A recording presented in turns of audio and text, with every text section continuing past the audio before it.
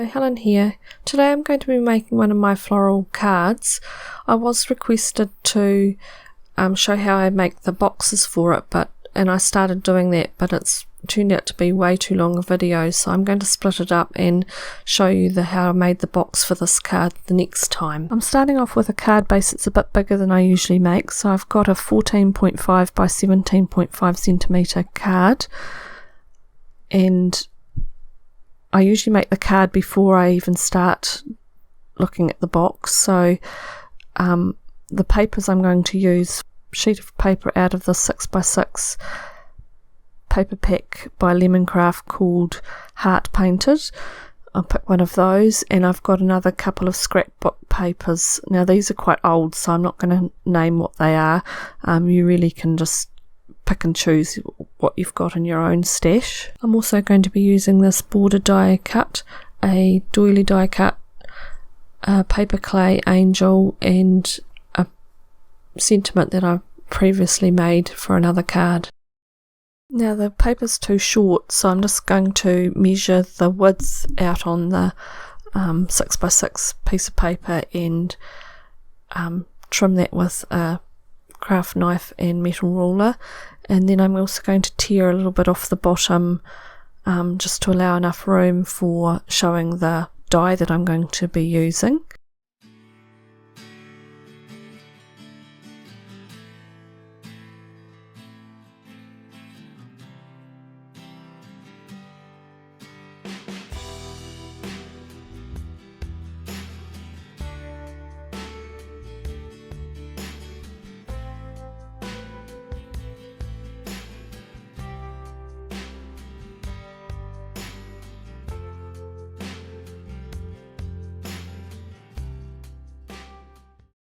Just a little hint, when you're tearing the paper to get the shabby chic look, you always tear the paper up towards yourself so that you're getting a little white edging.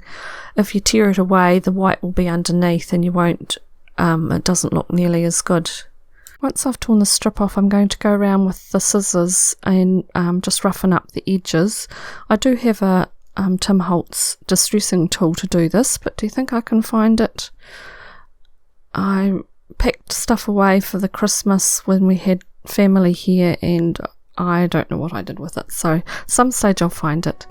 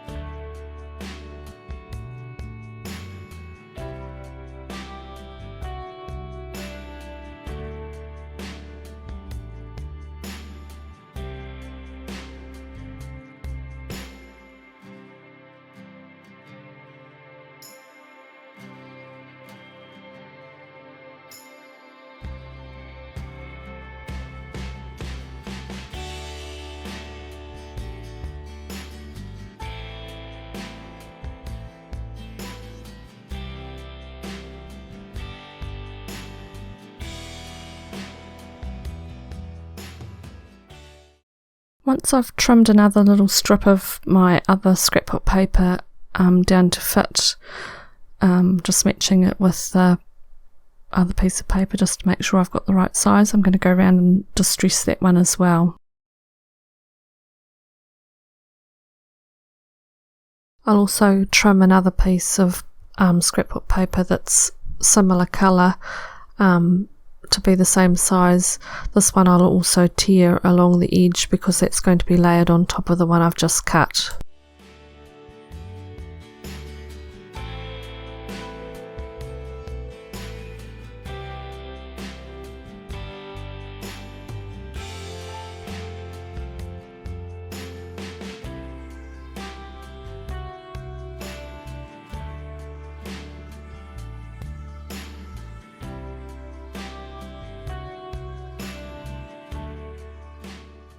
I can start sticking the strips down. The straight one I've got for the bottom layer, and then the second strip of paper I've also done the torn edge, so I'll just put that over the top of that. And then I'm going to use a border die that I've cut out. It's one of the dies that I got from the Joanna Sheen kit that I've had on a previous video. I'll have all the details on my blog, so I'll have the link below in the description below this video, so that you can go and check out what the kit number was. I'm not sure that it's still available though.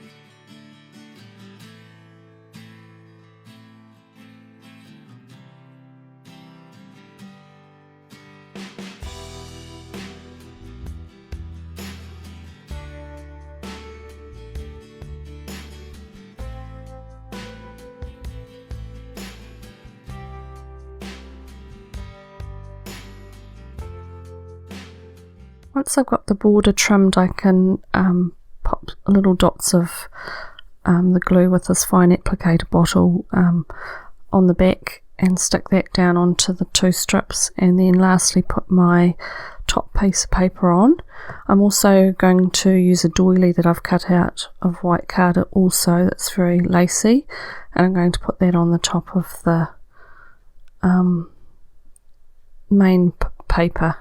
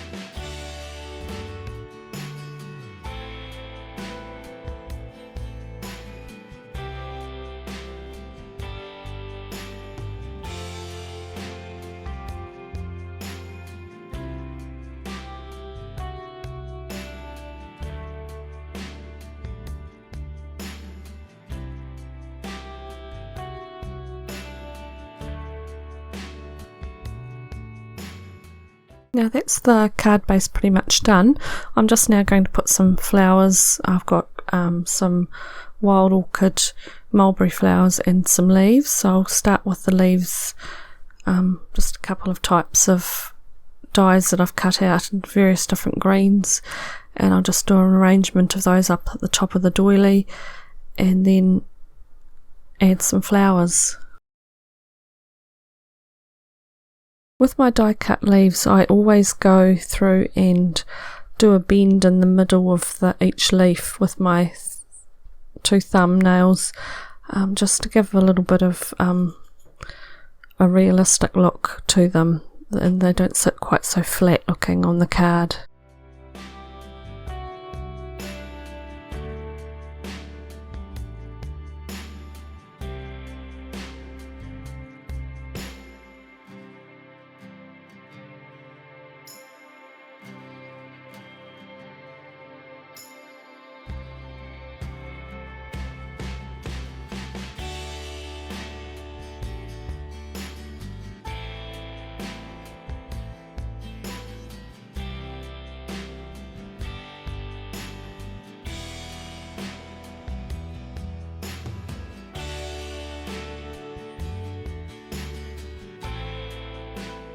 Now, with how I go about arranging my leaves and flowers, there is no right or wrong way of doing it. It's more or less just what's pleasing to the eye. You get a feel for it after a while, so I usually just lay down a mess of the leaves in sort of an arrangement that I'm going for, either on one corner or the other, and then I go ahead and glue those down, and then I'll just pull out a whole lot of flowers, variety of colours and styles, and I'll just play around with the arrangement until I like the look of it, and then I'll glue that down as well.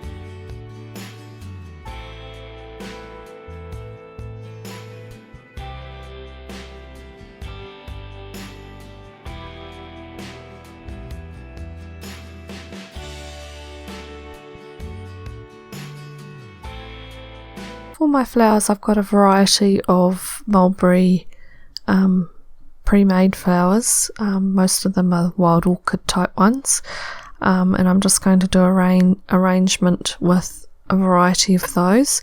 So I'm just cutting off the wires that are on the backs of them because I want them to sit flat, and I'll just have a play around with the arrangement until I'm happy with it.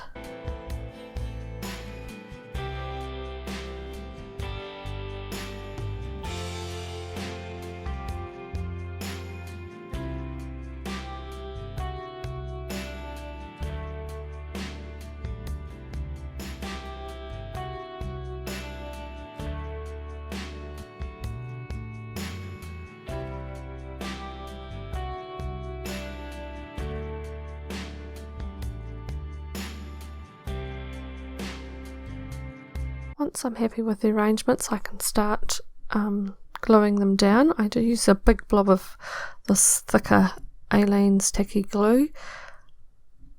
I usually start with the bigger flowers and do them, the main ones, and then I just use the others all as fillers and fit them in around the big ones just to make it look like a nice full arrangement.